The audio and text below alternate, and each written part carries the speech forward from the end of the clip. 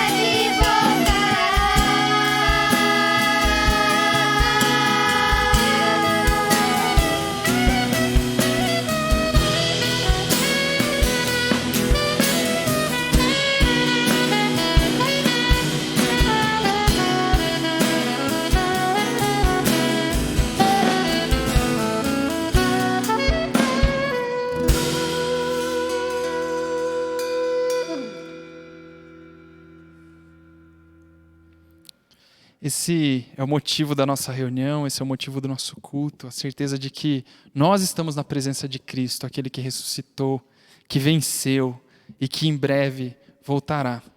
Para Ele nós dedicamos todos os nossos elogios, para Ele nós dedicamos todo o nosso louvor. E essa próxima canção é sobre isso. É um compromisso de louvar o Senhor em todas as situações. Vamos cantar junto?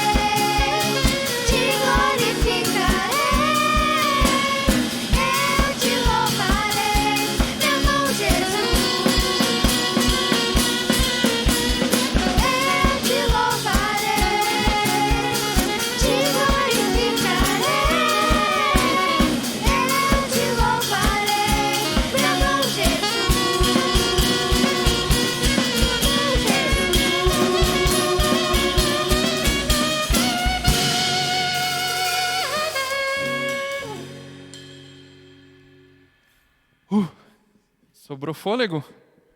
Para mais uma? Sim. Vamos lá então? Vamos cantar então uma que talvez não seja tão nova para vocês, né? Não sei, vocês conheciam essa bastante, a Sou Feliz? Mais ou menos? Para eles é nova, para a gente é mais antiguinha. Vamos cantar então esse hino que se chama Sou Feliz.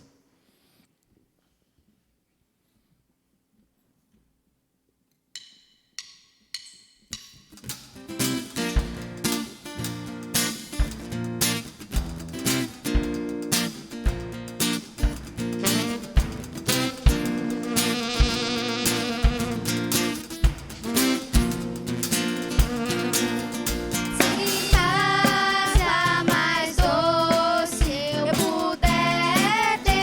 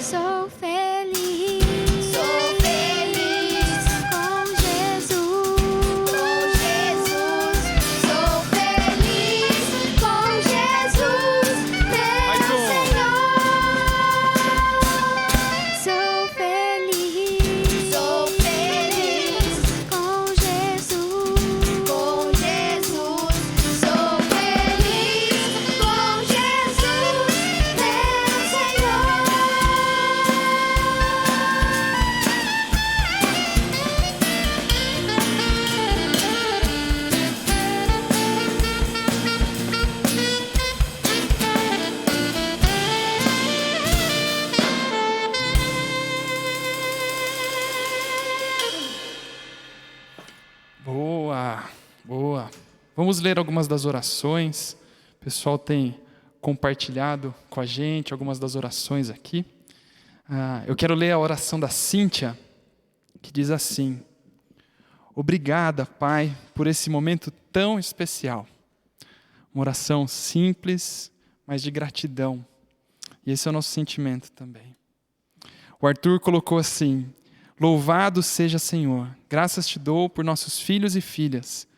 Bênção do Senhor para a nossa comunidade de fé. Eles são a igreja junto conosco. Que cada dia aprendamos com eles a viver na dependência de Ti, o nosso Pai. Amém. Amém. A Débora colocou assim: Senhor, que especial. Que emocionante poder fazer parte dessa família linda, em que todos são importantes e podem participar ativamente dos louvores e ministérios. Que o Senhor abençoe nossas crianças, nossos jovens, adultos, idosos, todos, ó Pai. Cuida do coração e da saúde de cada um. Somos família. Em Teu nome, amém. Amém. Ainda tem algumas orações, mas eu vou deixar para a próxima, que agora a gente vai cantar mais uma música. E essa música nós temos cantado durante esse mês. Ela se chama Reina. E ela é uma oração, então, pedindo para que Deus venha conduzir a nossa vida, especialmente nesse mês que nós temos, então, voltado os nossos olhos para a família, para que Deus possa vir reinar também na nossa família. Vamos cantar ela?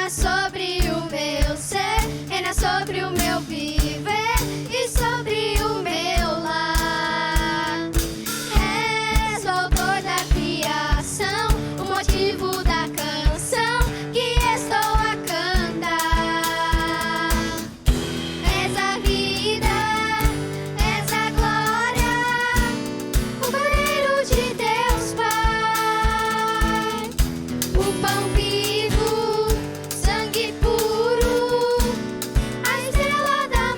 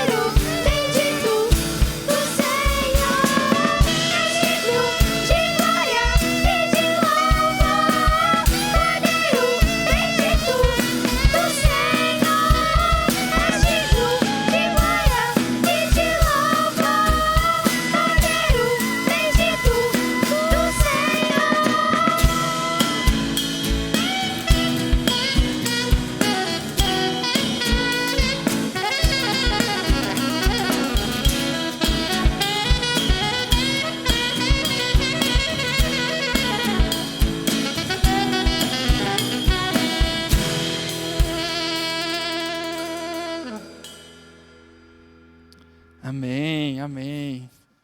Que essa possa ser a nossa experiência mesmo, de estar na presença de Cristo, vivendo Ele reinando sobre as nossas vidas.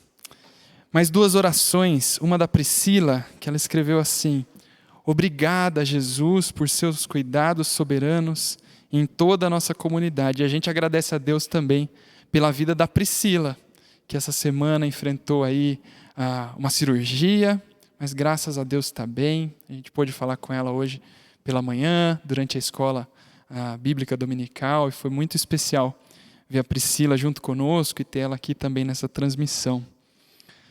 A Rosíris também colocou assim: Pai, obrigada pela paz que tem colocado em nossos corações. Ajuda-nos a ser agente da Tua paz, onde o Senhor nos colocar. Eu oro em nome de Jesus. Amém, amém. É muito bom a gente poder estar junto, é muito bom o pessoal participar conosco. E a gente vai cantar então mais uma última canção, que é Adoração, que fala então de como a gente é abençoado também por poder experimentar a presença de Deus na criação dele. E essa criação, ela nos inspira a cantar, a adorar a Deus e viver a vontade dele. Essa música se chama Adoração.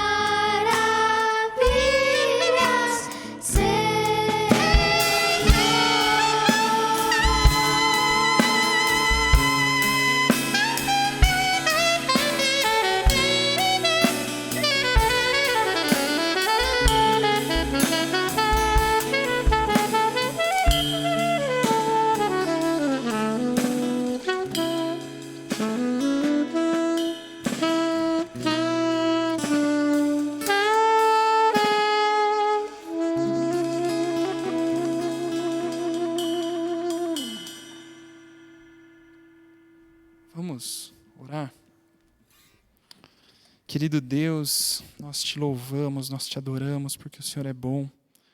A sua misericórdia dura para sempre, o seu amor não tem fim. Tudo que o Senhor criou é maravilhoso, Deus, e nós desfrutamos disso. Obrigado, Pai, por estar na tua presença. Obrigado por essa noite poder te adorar. Obrigado, Pai, pela tua visita às nossas vidas, Deus, que transforma todas as coisas. Ó Pai, nós te louvamos no nome de Jesus, que é o nosso Salvador. Amém.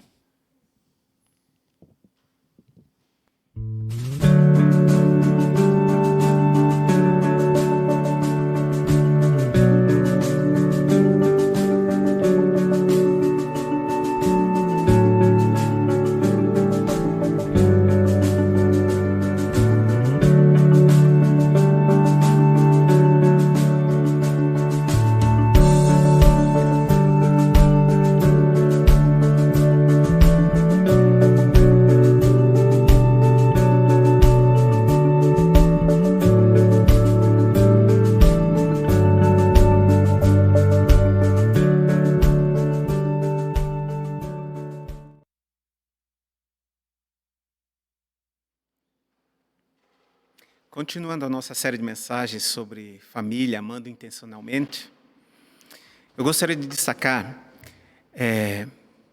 duas marcas da nossa cultura, da nossa sociedade, e que precisam ser revisitadas, porque elas têm um impacto muito grande na vida da gente e na vida das nossas famílias. Primeiro, é essa marca da nossa sociedade que é o individualismo. Ou seja, eu, sozinho, sou a medida de todas as coisas. Eu atuo conforme aquilo que vai me favorecer. É o contrário de uma perspectiva comunitária, coletiva. Hoje, o individualismo se tornou um valor na sociedade. Eu diria que esse também é um falso Deus. Imaginamos que quando satisfazemos a nós mesmos, nós seremos felizes.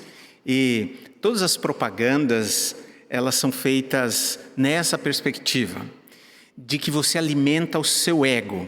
Ou numa perspectiva hedonista, você faz aquilo que te dá prazer. Individualismo. A segunda perspectiva, que também precisa ser revisitada, é essa ideia de uma fé particular, uma fé privada, ou seja, de que a experiência com Deus, ela é vivida no particular, ela não tem uma perspectiva pública. Talvez você possa pensar, mas não é exatamente isso, não é assim, cada um tem a sua religião e cada um crê do jeito que imagina. Bom, se nós estivermos falando de religião, eu devo concordar com você.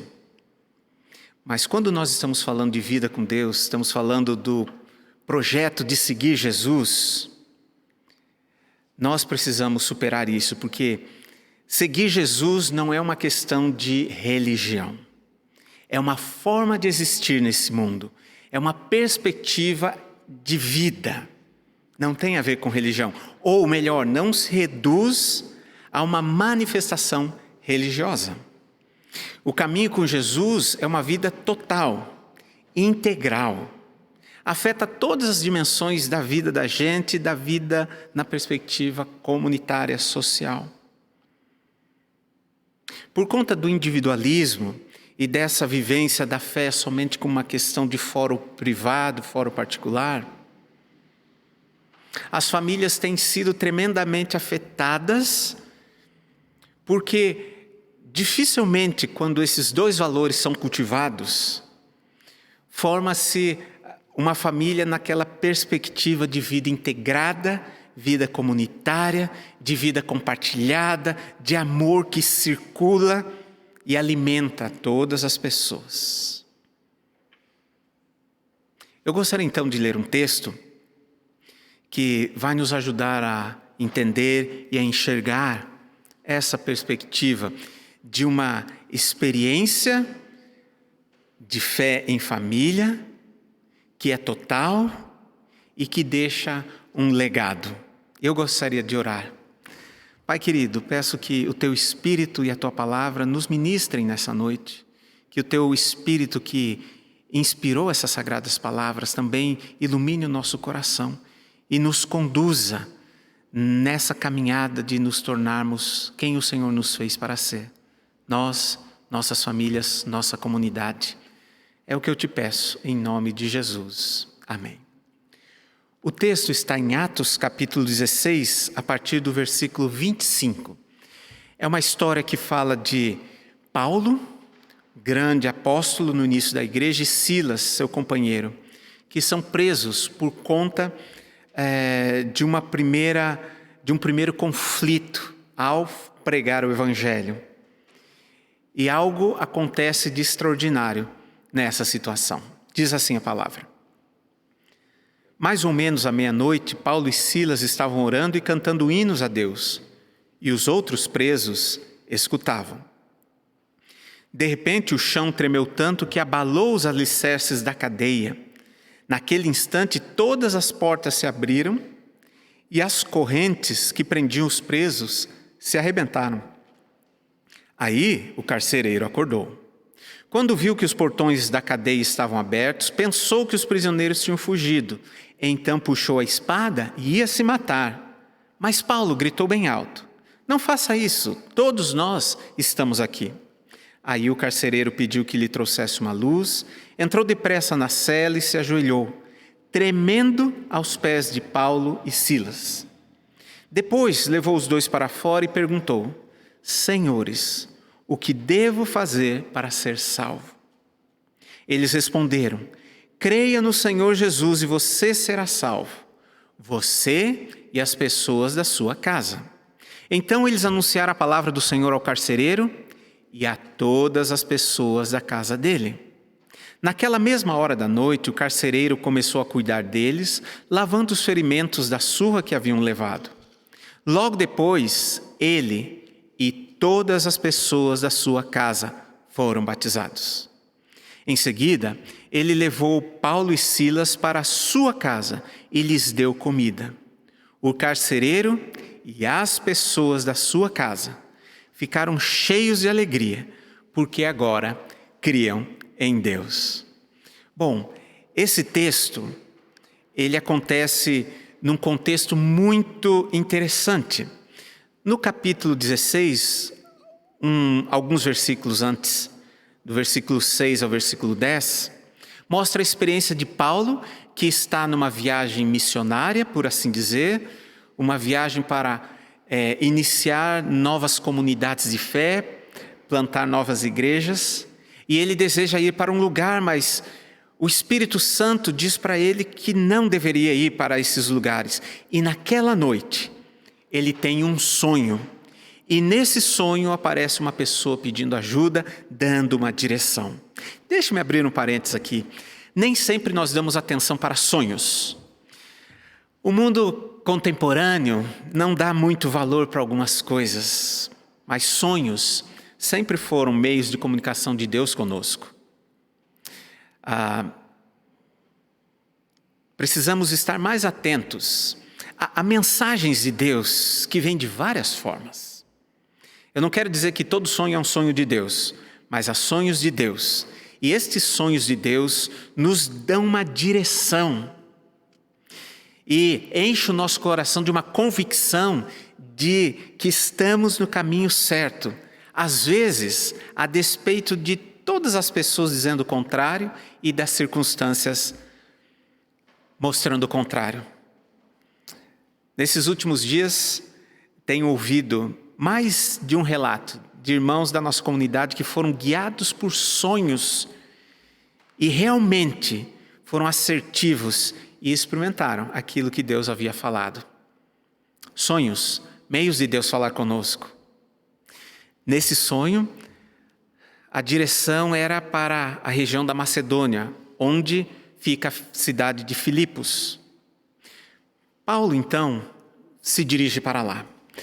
Nessa cidade de Filipos, o versículo 11 a 15 do capítulo 16, Mostra a primeira experiência de Paulo de estar no lugar, de falar o evangelho e de uma pessoa chamada Lídia, com toda a sua família, entregar a sua vida a Jesus e se tornarem discípulos de Jesus.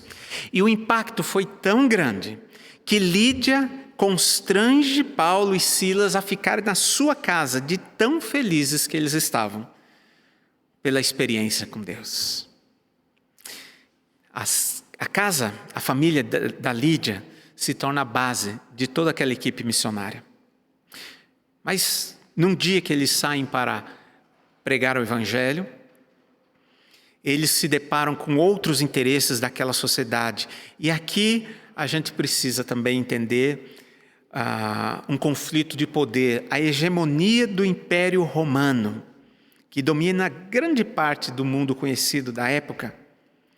E assim pessoas, cidadãos romanos, acusam Paulo e Silas de estarem pervertendo os princípios e valores da cidade. E eles são presos. Não só eles são presos, como eles levam uma surra muito grande, com varas. E depois de apanharem bastante, eles são jogados e trancados numa cadeia.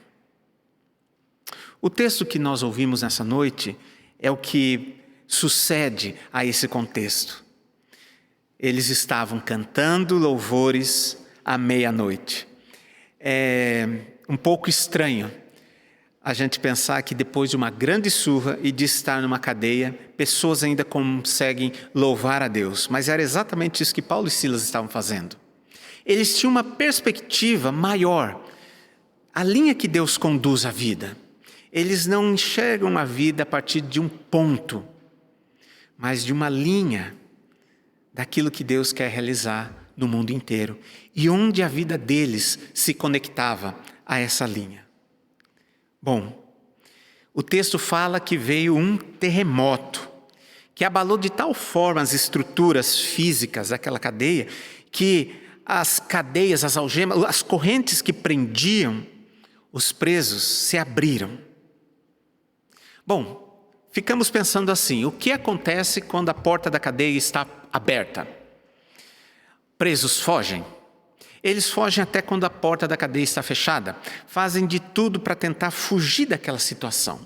Mas, admiravelmente, parece que algo aconteceu, um ambiente mudou ali.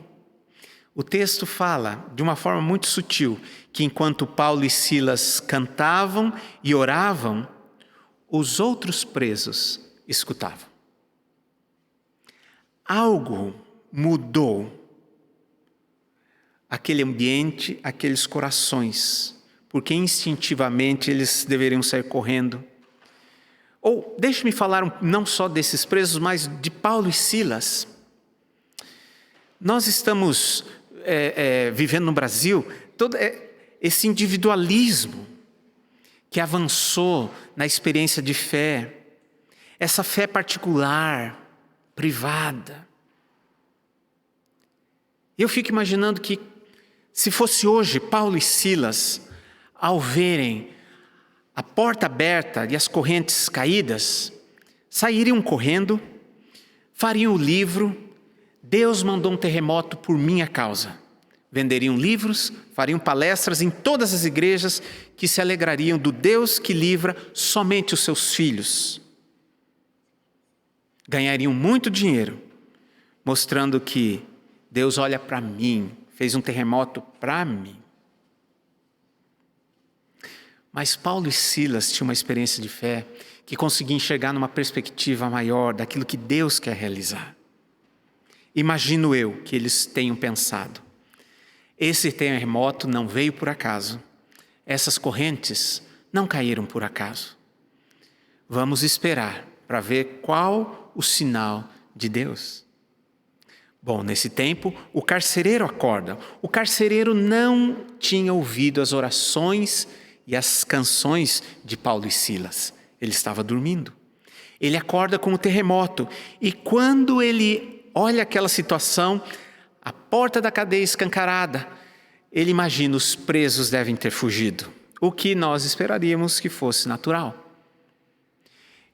Por conta do compromisso dele como um carcereiro, um profissional, um guardador, ele imaginou que ele seria tratado com muito rigor pelas autoridades romanas da época.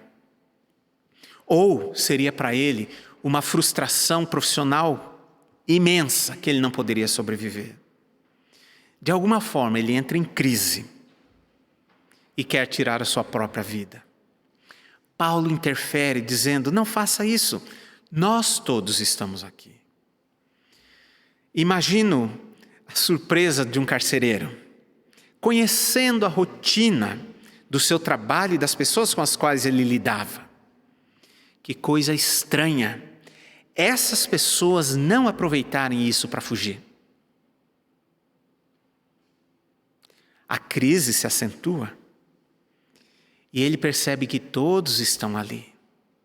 Algo diferente está acontecendo. Ele faz uma pergunta, parece que é uma pergunta que surge do nada. Senhores, ele diz para Paulo e Silas, o que eu devo fazer para ser salvo? Talvez num primeiro momento nós estejamos pensando nessa salvação na perspectiva da existência, né? Da eternidade, de se converter a um Deus. Mas nada no texto nos mostra que ele havia ouvido Paulo e Silas. Nós não sabemos se ele era um homem religioso. Ele busca salvação. Talvez salvação dos seus males. Talvez salvação numa perspectiva religiosa. Talvez uma salvação muito prática. Como quem diz: senhores, como eu escapo dessa confusão? Como eu resolvo isso agora? A porta da cadeia aberta, todos vocês soltos, o que eu vou fazer? Mas, no fundo, isso não importa, porque Deus consegue nos alcançar e alcançar qualquer pessoa em qualquer nível de questionamento. Às vezes é um problema muito pontual que gera uma crise na pessoa e torna o coração dela aberto para uma palavra que vem de Deus. Às vezes é uma busca intencional que uma ação dessa só catalisa. Às vezes é algo que está no coração e ninguém sabe. E basta uma gota para transbordar. Não importa o ponto de partida, não importa o nível de crise, a resposta e a solução é sempre a mesma. E eles, Paulo e Silas, respondem: creia no Senhor Jesus e você será salvo, você e a sua família. Essa é uma história, uma narrativa muito tocante, de uma experiência que nos ajuda a enxergar de forma a superarmos essa perspectiva de individualidade, essa perspectiva de uma fé privada, particular, de fórum íntimo. Eu quero apontar então e comentar um pouco sobre as 4 vezes em que aparece essa expressão a casa toda.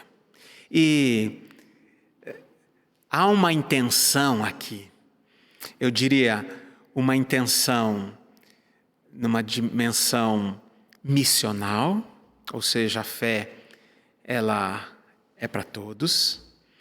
Numa dimensão comunitária, a fé não é privada, a fé é pública.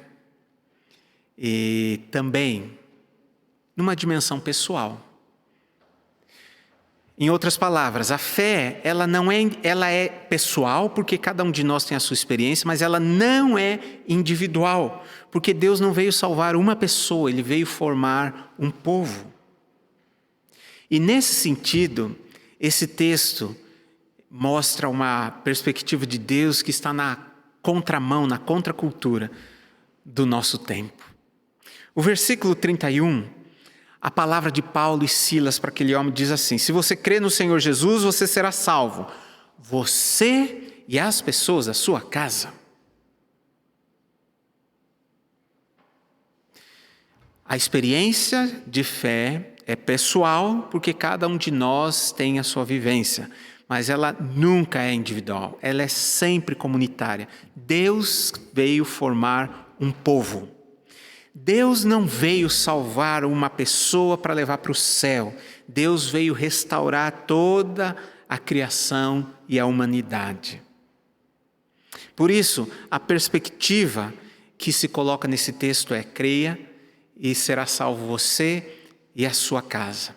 Não significa que, se o carcereiro cresce por osmose ou por qualquer outro mecanismo assim, a família dele seria automaticamente salva. Não é isso que o texto está dizendo. O texto está propondo uma experiência que atinge sempre uma comunidade, embora haja a experiência pessoal. Ela está chamando, por exemplo, que alguém na família precisa tomar a iniciativa. Eu ouço muitos comentários sobre muitas palavras e pedidos de aconselhamento sobre problemas em família. E uma das coisas recorrentes é sempre essa: como a gente vai resolver? E a minha pergunta para essas pessoas é sempre essa: quem vai tomar a iniciativa de fazer diferente? E romper esse ciclo vicioso, esse ciclo de ódio, esse ciclo de vingança, esse ciclo de desamor. Quem vai tomar a iniciativa de mudar a história da família? Essa palavra de Paulo é desafiadora para aquele carcereiro, porque é isso que Paulo está desafiando esse homem. Se você tomar a iniciativa, a sua família vai ser afetada. Se você tomar a iniciativa, a sua família tem uma chance. Mas eu, com muita tristeza, preciso relatar. Muita gente, quando chega nesse ponto, vai embora. Ninguém quer tomar iniciativa para mudar a família. Um cônjuge quer que o outro mude, mas não quer tomar iniciativa. Pais querem que os filhos mudem, mas não querem tomar iniciativa. Irmãos querem que o outro irmão mude, mas não querem tomar iniciativa. Essa é a marca do nosso individualismo. Ninguém quer abrir mão do seu ego gigantesco. Alguém precisa tomar a iniciativa. E essa história é maravilhosa porque esse carcereiro assume essa responsabilidade. Do que depender de mim, a minha família vai ser alcançada.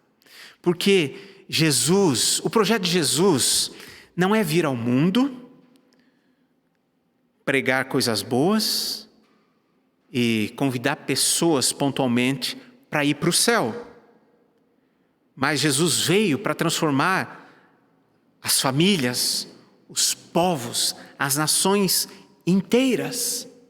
Jesus veio reconstruir a humanidade que está perdida e afastada de Deus por conta do mal que existe nela, fruto das decisões erradas. Mal que a Bíblia chama de pecado.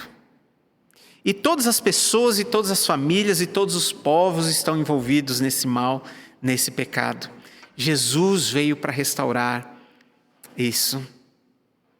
Um segundo momento, no versículo seguinte, fala que então, quando o carcereiro decide tomar essa iniciativa, eles anunciam a palavra do Senhor para o carcereiro e para todas as pessoas da casa dele. Vejam, essa expressão sempre vai se repetir 4 vezes nesse curto texto, dando ênfase nessa perspectiva, nesse olhar de Deus, não para um indivíduo, mas para uma comunidade, para uma família. Deixe-me abrir um parênteses. O texto não fala qual a configuração dessa família, não fala quantas pessoas. Provavelmente, como naquela época, é uma espécie de família expandida. Cabe vovó, tio, tia, primo, os escravos, cabe uma grande comunidade. O texto não fala configuração. Então, provavelmente é uma experiência mais de família expandida. E fala que Paulo anuncia a palavra do Senhor. Veja, anunciar a palavra do Senhor é diferente de formatar uma pessoa numa religião. Jesus não é uma religião. Por mais que as pessoas tentem reduzir a experiência da fé a uma religião. Jesus é um rei que veio para assumir o seu reinado nesse mundo, destruir os seus inimigos, que também são os nossos inimigos, e restaurar todas as coisas, e num dia determinado voltar e completar essa obra. O que Paulo anuncia para aquele homem não é um código ético-moral, não é dizer para ele, olha, agora que você é carcereiro, então agora você tem que trazer água 3 vezes por dia para os seus prisioneiros, não uma só, porque agora você vai ser crente. Você não pode mais falar palavrão, não pode xingar os seus prisioneiros, porque agora você é crente. Não é isso que Paulo faz. Paulo, o texto fala que ele anuncia a palavra do Senhor. Tem a ver com a experiência do próprio Paulo, que era um judeu, um religioso exemplar. Novo ainda, superava todos os da sua época pelo seu zelo, pelo seu rigor, pela sua sabedoria. Mas isso só acentuou o seu caminho errado. E num dia ele se encontra com Jesus e ele percebe que Jesus não tem nada a ver com a religião que ele seguia. E agora ele deixa uma religião e passa a seguir uma pessoa, que é Jesus. Porque ele descobre que essa pessoa é o Filho de Deus que veio ao mundo. Na tradição judaica, o Messias, aquele que veio para restaurar absolutamente todas as coisas. Jesus não veio para fundar uma religião. Jesus veio para expandir o seu reinado e completar a sua transformação nesse mundo. E é sobre isso que Paulo sempre fala. Paulo fala da palavra do Senhor porque as Escrituras, do começo ao fim, falam somente de Jesus. Certa vez o próprio Jesus, numa discussão com os religiosos da sua época, disse assim para eles: vocês leem as Escrituras porque acham que elas têm vida eterna, mas elas estão falando de mim. A chave para a compreensão de toda a Bíblia é Jesus. Não moralismo, não um código, não regras, não doutrinas, mas uma pessoa. E assim, Paulo explica para aquele homem e para todos da sua casa que Jesus Cristo veio ao mundo como ser humano, viveu entre nós e decidiu ir para a cruz voluntariamente para sofrer uma condenação que era nossa por causa da nossa maldade, mas que nós não conseguimos resolver. E todo ser humano já nasce com esta condenação de afastamento de Deus, morte física, morte espiritual, morte eterna. O ser humano não precisa se perder, porque ele já nasce nessa condição. O ser humano precisa de salvação, porque isso ele não tem e não consegue conquistar com esforço próprio. Jesus Cristo veio, cumpriu toda a lei, um homem perfeito que doa a sua vida para que nós recebamos o perdão de Deus. Paulo conta essa história para aquele homem, fala as palavras do Senhor, de que Jesus também ressuscitou e que derramou do seu Espírito Santo que agora habita nos seus discípulos, na sua comunidade. Hoje, domingo de Pentecostes, nós lembramos desse derramamento do Espírito Santo. É Jesus, é Deus habitando em nós. Nós nos tornamos um com Ele. E nos tornamos um nessa experiência da vida, vivendo agora para o reino, como cidadãos do reino, aguardando um rei que voltará para completar todo o seu trabalho. A terceira menção, no versículo 33, diz assim que o carcereiro e todas as pessoas da sua casa foram batizados. Aqui é uma conversão total. Um pouco antes, o texto diz que quando ele recebe essa palavra do Senhor, ele começa a cuidar de Paulo, de Silas, lava os ferimentos. Talvez esse carcereiro tenha sido um dos que tenha batido em Paulo e Silas. Mas agora, quando ele recebe a palavra do Senhor, ele tem uma ação que é contrária a qualquer tipo de carcereiro. Naquela cultura, o carcereiro bate. Carcereiro não cura ferida. Carcereiro aprisiona. Carcereiro não cuida. Carcereiro é cruel. Carcereiro não é bondoso. Naquela cultura era isso que se esperava. Mas ele é impactado por aquela experiência. E logo eles são batizados. O que isso significa? Que Paulo falou para eles que eles precisavam se tornar discípulos do Senhor Jesus.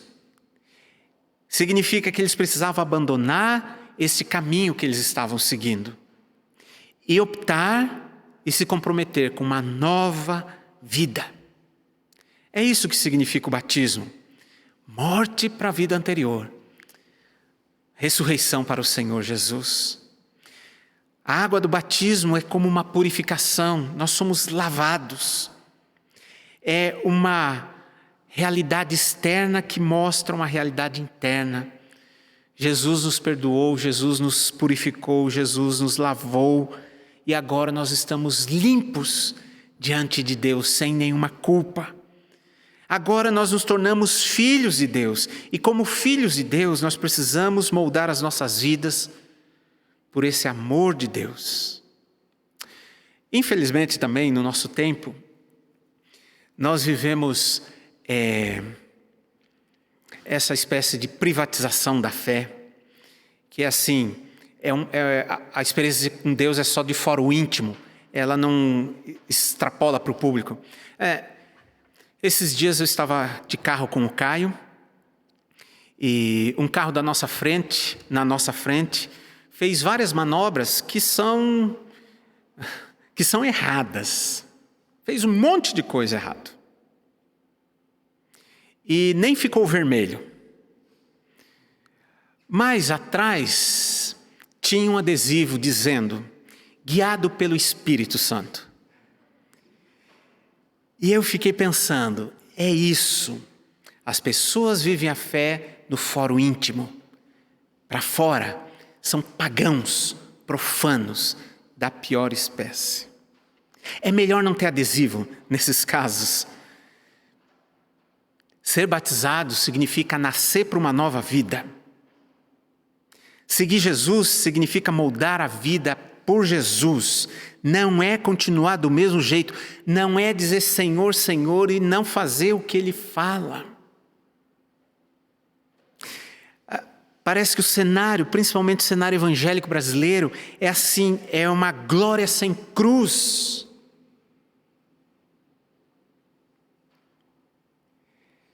É receber as bênçãos sem ser discípulo, sem obediência.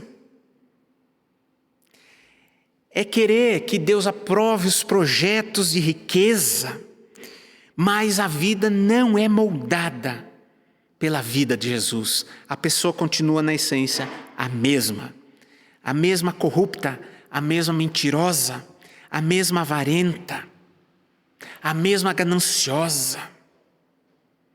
Infelizmente, quando nós olhamos nas mídias, no cenário brasileiro, da mesma pessoa que diz guiada pelo Espírito Santo, sai uma palavra de preconceito. A mesma pessoa que se diz discípula de Jesus tem uma palavra de ódio contra pessoas que pensam diferente. Os discípulos de Jesus não são assim. Aqueles que se arrependeram, morreram para todas essas coisas e agora estão vivos para Jesus. Mas no texto, essa é uma experiência de toda a família. E por fim, no versículo 34 diz que o carcereiro e todas as pessoas da sua casa ficaram cheios de alegria, porque agora criam em Deus. Qual o valor de Jesus para esse carcereiro e para sua família? Eu fiquei pensando. Qual o valor da salvação para aquela família? Porque hoje eu vejo famílias celebrando porque conseguiram casa nova, carro novo, emprego novo, uma bênção financeira, fazer festa. Mas quando fala de fé, da igreja, de vida comunitária, parece que só resta amargura, crítica, nada de alegria. Celebração, raro. Uma das coisas que eu sinto muita falta na nossa experiência como igreja é das nossas festas no estacionamento. A festa, a celebração faz parte da vida com Deus, porque nós entendemos que recebemos uma graça, uma visitação, que é o maior valor da nossa vida. Jesus está entre nós. Aquela correria no estacionamento das crianças, a Fabiola agitando mais ainda aquelas crianças, todo mundo podendo saborear uma comida gostosa, ouvir uma música legal, poder sentar e conversar sem tempo para ir embora, muita alegria, muita festa. Não tivemos nenhuma briga. Bom, não que o pastor saiba. Até cachorro fazendo parte da festa. Que coisa boa, que saudade. Mas a vida cristã tem mais a ver com festa do que com reunião. Nós precisamos celebrar Jesus. E o texto fala, é uma celebração em família. Quantas coisas a gente celebra e quantas coisas a gente não celebra que tem a ver com a fé. Quando uma família comemora a vitória de um filho nos estudos, mas não está disposto a comemorar a participação de um filho na comunidade. Quando as coisas tomam mais valor do que uma presença, a presença de Jesus. Não sei, às vezes eu desconfio de que não há celebração porque nunca houve de fato uma experiência real com Jesus. Sempre foi religiosidade. Não tem celebração porque a experiência tem a ver com coisas, regras, instituições, rituais, códigos, mas não com uma pessoa. A experiência daquela família, na evangelização de Paulo, tem a ver com uma pessoa, Jesus Cristo, que entrou naquela casa e tudo mudou. Eles não são mais os mesmos e eles celebram por não serem mais os mesmos. E eles levam Paulo e Silas para sua própria casa. Que coisa absurda! Que coisa absurda! Que coisa estranha! O carcereiro liberta pessoas e traz para sua casa. Você já ouviu uma história dessa? Eles deixam de ser clientes, vou chamar assim, né? E se tornam família. Agora, eles fazem parte da mesma família. O texto fala de um carcereiro que era o verdadeiro prisioneiro, mas que agora foi libertado. Fala de uma família que também era refém, mas agora foi resgatada. E a sua família? E a sua família? E aqui eu também quero chamar a atenção que tempo participando de cultos não garante que você tenha encontrado Jesus. A experiência que Paulo propõe para aquela família é que eles conheçam Jesus. Crer no Senhor Jesus. E crer no Senhor Jesus não é uma operação mental só, emocional, não é uma experiência de fórum íntimo. Essa expressão, crer no Senhor Jesus, significa que eu vou reconhecer Jesus não somente como meu Senhor e meu Salvador, mas como Senhor de tudo que existe. A fé cristã nunca foi de fórum íntimo, porque ela tem a ver com o Rei do universo, não de um quartinho. Jesus é o Senhor de tudo que existe. É isso que Paulo mostrou para eles. E esse Senhor de tudo que existe é maior do que o próprio imperador romano, a quem aquele carcereiro servia. E é por isso que aquele carcereiro já não tem mais medo de... Eu não sei o que aconteceu com os outros presos, parece aqui que ele simplesmente ouviu a mensagem, esqueceu tudo o que ele deveria fazer e acolheu Paulo e Silas. A fidelidade dele mudou, já não é mais o imperador, agora é Jesus. E Jesus não é um salvador pessoal, Jesus é o salvador da família inteira. Em Gênesis capítulo 12, quando Deus chama Abraão, o patriarca da fé, milhares de anos atrás, ele chama e diz para Abraão: sai do meio da tua parentela, vai para uma terra que eu vou te mostrar. E lá você vai ser bênção para todas as famílias da terra. É assim que Deus pensa.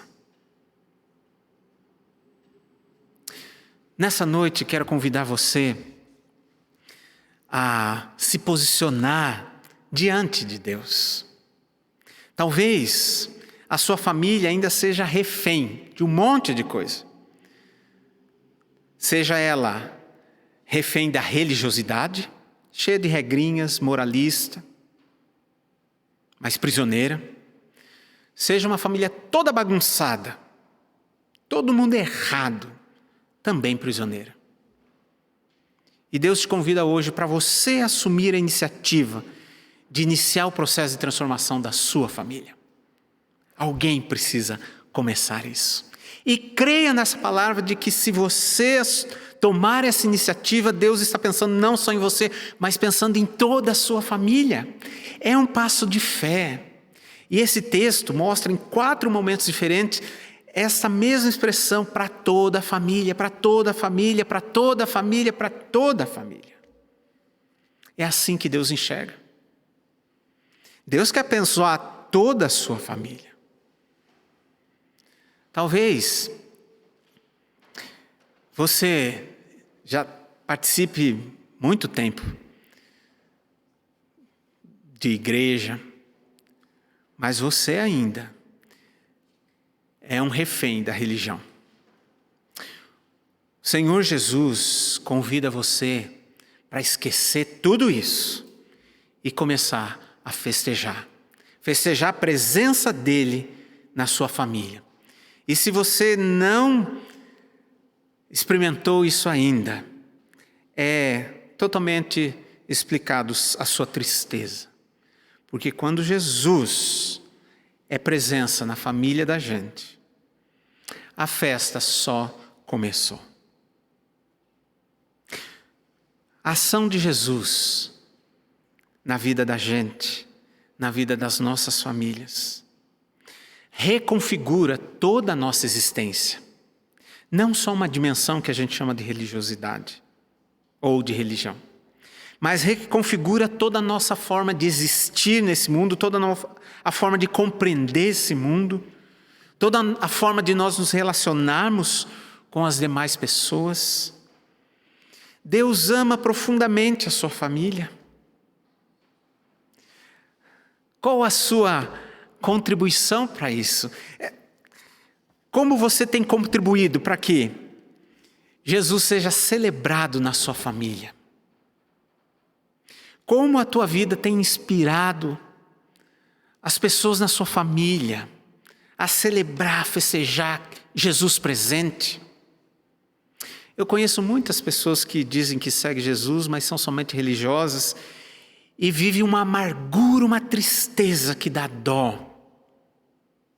Jesus quer libertar você disso, para que você possa ter vida completa, vida plena, vida de qualidade. Deus está olhando para a sua família. Deus ama a sua família. Ame a sua família também. E ame Deus. E sirva de ponte para que esse relacionamento seja pleno e total para sempre. Amém.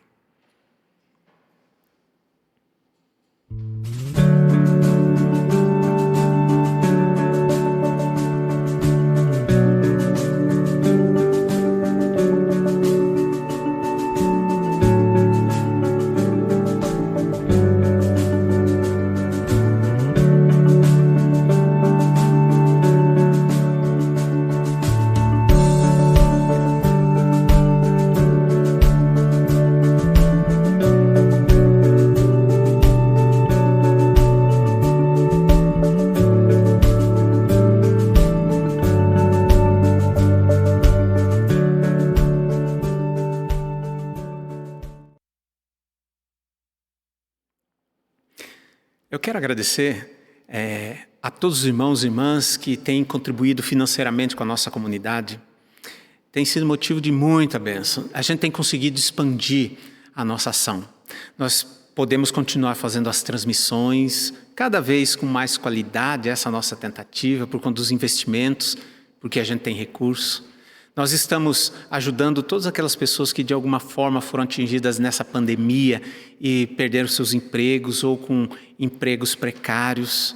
Não só pessoas da nossa comunidade, mas de fora da nossa comunidade também, alcançando dezenas e dezenas de pessoas todos os meses. Fizemos também parceria com as nossas igrejas irmãs aqui de Campinas, então nós estamos alcançando bem mais longe. Também os nossos projetos missionários têm se mantido, sendo sustentados, inclusive o nosso novo projeto de plantação de uma igreja em Campinas. Então, que você continue com a sua generosidade, com a sua fidelidade. Isso faz parte do nosso compromisso como igreja. Quero também lembrar que quarta-feira nós temos a nossa torre de oração, um dia dedicado à oração. Começamos com um encontro online às 6 da manhã e até o final do dia com horários de oração. Você pode se voluntariar para ficar num desses horários e assim nós, como comunidade, oramos o dia inteiro. Uma experiência maravilhosa. Também gostaria de informar que nós voltaremos com o culto presencial aos domingos de manhã. Por enquanto, somente domingo de manhã. Teremos a transmissão domingo de manhã e domingo de noite, online. E também presencial, domingo de manhã, a partir do próximo domingo. Estaremos, então, voltando ao presencial, avaliando, vendo como nos organizamos. E espero que, com a vacinação, a gente possa, em breve, retornar plenamente com as nossas celebrações presenciais. Não só o culto, as nossas festas no estacionamento. Nossos ensaios, de podermos almoçar, jantar um nas casas dos outros. Saudade dessa experiência mais presencial em nossa comunidade. Quero convidá-los então para o encerramento da nossa celebração. Recebam a bênção do Senhor. Que o Deus de todo amor e graça vá à tua frente, te mostrando o caminho firme e seguro por onde você deve ir. Que o Deus de todo amor e graça esteja de trás de ti, te guardando, te protegendo, te livrando de todo o mal. Que o Deus de todo amor e graça esteja sempre do teu lado, para te apoiar, te sustentar, te levantar, se por acaso você cair. Que o Deus de todo amor e graça seja como uma rocha sobre a qual a tua vida foi construída, por isso não pode ser abalada nem destruída. Que o Deus de todo amor e graça derrame coisas boas sobre a tua vida, supra todas as tuas necessidades, as tuas e as da tua família. E que a graça do nosso Senhor e Salvador Jesus Cristo, o amor infinito de Deus o Pai, e a comunhão, a força, o consolo do Espírito Santo esteja com todos vocês e com vocês permaneça hoje e sempre. Amém.